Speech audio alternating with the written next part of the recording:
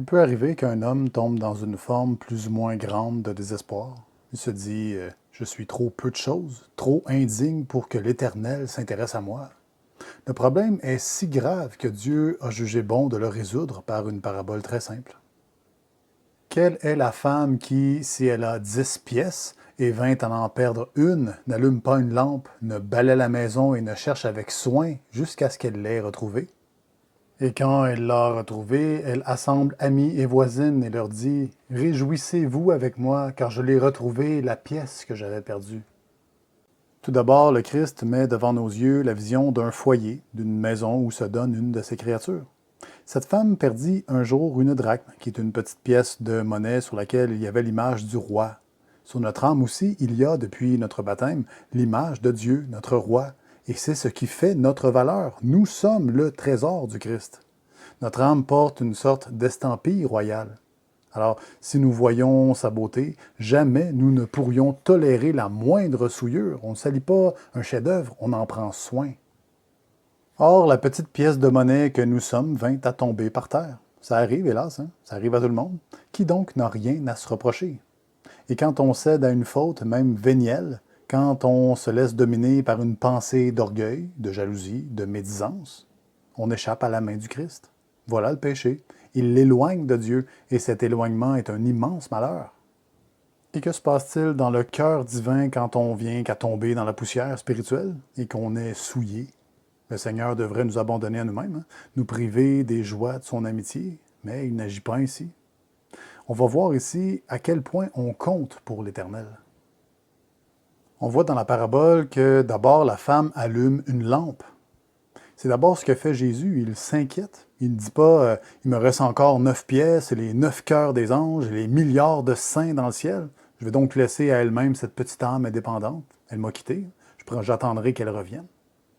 Ici, la parabole va jeter de sublimes lueurs. Quand un chrétien est tombé dans une faute, une femme prie pour lui dans les cieux. Et cette femme, c'est la Vierge, refuge des pécheurs, consolatrice des affligés.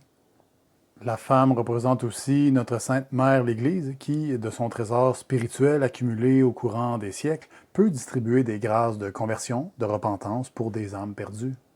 C'est alors que le Christ entre en action. Il ne peut simplement pas supporter qu'on se perde. Il s'est sacrifié pour nous tous. Il ne veut pas voir tous ses efforts réduits à néant.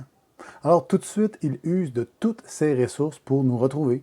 L'Évangile nous dit que la femme allume une lampe. Vous comprenez? Jésus sait bien qu'il y a des souillures en nous, hein, même dissimulées dans les recoins les plus obscurs de notre être. Alors, il projette la lumière de sa grâce, il nous montre les taches et il les éclaire afin que nous en prenions conscience de toutes nos iniquités. Cette clarté provoque le remords, le dégoût du péché, et ainsi elle nous porte vers la contrition, la conversion. Si ce n'était de cet éclairage de Dieu, certainement on baignerait bêtement dans nos propres saletés, dans tous nos déchets, sans même en avoir conscience. L'anxiété engendrée par une sorte d'illumination de la conscience est fortement salutaire. Après avoir allumé la lampe, que se passe-t-il? La femme balaie la maison. Oui, voilà ce que cherche à faire notre bonne mère du ciel, du ménage, selon les exigences de Dieu pour entrer dans le royaume. Peut-être qu'on tombera sur une certaine page d'Évangile qui nous inspirera, un bon sermon, peut-être qu'une âme charitable nous portera assistance. Dieu dispose de multiples moyens, vous savez, hein, parfois très inattendus, étranges même. Rien ne le limite, mis à part notre refus obstiné peut-être devant sa miséricorde. Et même là, il va même jusqu'à mettre ses mains pures dans nos impuretés. Il met son précieux sang sur nos laideurs morales, d'où l'utilité des messes continuelles pour le salut de la multitude, les calices qui s'élèvent sans arrêt. Jésus rappelle au Père éternel et à nous tout ce qu'il a enduré pour nous sauver. Les plaies de sa tête couronnées d'épines, de ses mains clouées sur la croix de notre rédemption. Mais comment l'homme se comporte devant cet amour sublime qui le cherche sans cesse? Mais vous savez, heureusement, même l'ingratitude de l'homme n'éteint pas l'ardeur de la charité divine. Dans la parabole, la femme effectue ses recherches non distraitement, mais avec soin, avec une très grande attention. Voilà toute la sollicitude du ciel à notre endroit. Et s'il en est ainsi, si là-haut on se donne tant de mal, c'est qu'on sait pertinemment que souvent l'homme cherche à fuir. Il ne veut pas toujours, après abord, être repris. Oui, bien des âmes se ferment aux appels de Dieu. Elles se rapprochent des démons volontiers et se sauvent des prêtres de l'Église. Elles se donnent toutes sortes de prétextes pour se justifier, se soulager du ver de leur conscience qui les ronge intérieurement. C'est ainsi que les hommes, même les chrétiens, choisissent de se complaire dans leur insouciance, dans la poussière, dans la boue de leur faute. Dieu pourrait bien les abandonner à leur triste sort. Selon la justice, ils mériteraient le feu. C'est une terrible tragédie que de trouver une âme dans le péché mortel, vouée à l'enfer éternel pour avoir refusé l'amour infini de Dieu. C'est pourquoi, quand une âme fuit, le Seigneur la poursuit de tout son amour.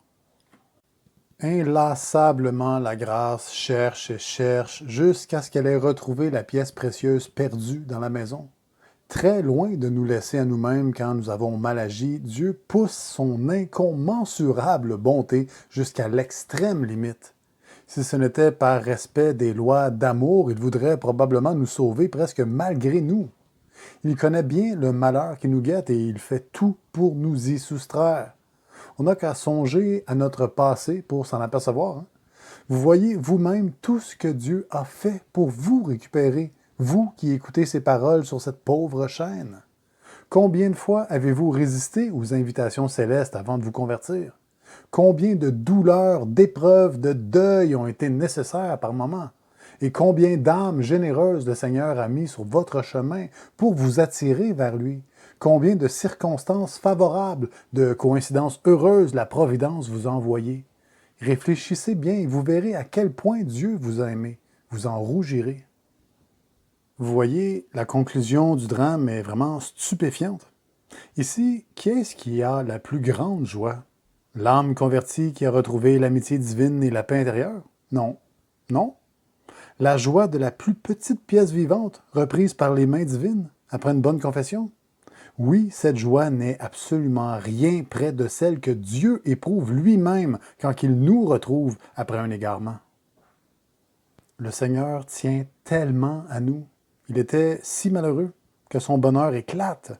Il le dit à sa mère, à ses anges et à tous ses saints au ciel. C'est indicible. On hésite à le croire peut-être, et pourtant, comment douter de la parole de Dieu ici même dans l'Évangile? Elle est très claire. Redisons-le encore, car peut-être que parfois on peut nourrir certaines hésitations. Oui, quand, après un long exode, on est tombé à genoux dans un confessionnal où un vrai prêtre nous accueille, Dieu lui-même nous a reçus et nous reprend dans sa maison. Alors, de grâce, s'il vous arrive de vous dire « personne ne m'aime, personne ne tient à moi », sachez que rien n'est plus faux que ça.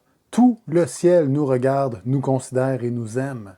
Ça semble peut-être fou, certes, pourtant c'est la vérité. C'est ainsi, je vous le dis, qu'il naît de la joie devant les anges de Dieu pour un seul pécheur qui se repent. Que Dieu vous bénisse tous.